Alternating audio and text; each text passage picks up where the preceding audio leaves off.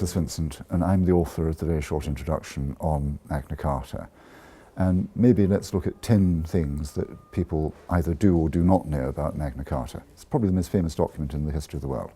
First thing, Magna Carta says nothing whatsoever about democracy.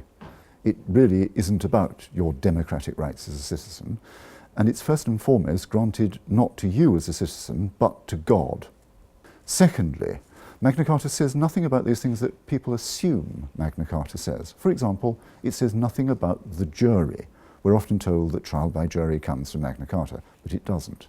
Thirdly, what's wonderful about Magna Carta is that where you would expect it to be most extraordinarily vague, it is most specific. And where you might want it to be most specific, it's most vague. So it doesn't say all that stuff about democracy, but it does include a long clause about fish weirs on the Thames and the Medway. What on earth are they doing in this document? Fifthly then, why does Magna Carta still matter?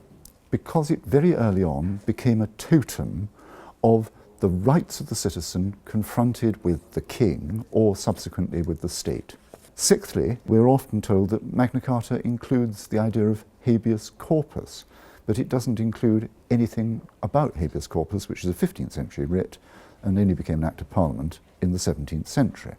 Seventhly, Magna Carta was used in the 18th century to argue in part the rights of the revolutionaries in America to their independence and subsequently to protection of the individual against the law. But it was also used by slave owners in Jamaica to argue that because Magna Carta divides free men from unfree men, that it actually endorsed the whole tradition of slavery, which is a rather peculiar feature about it.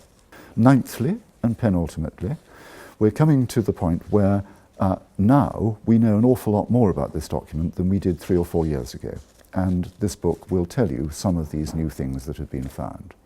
There was, for example, no proper listing of the Magna Carta manuscripts, of the reissues of the Charter and all of that, until the time that this book was written. And tenthly, there's an awful lot about this document still to be found out there in archives, in libraries, and with the help of a book like this, you may be able to go out and find something really important for yourselves.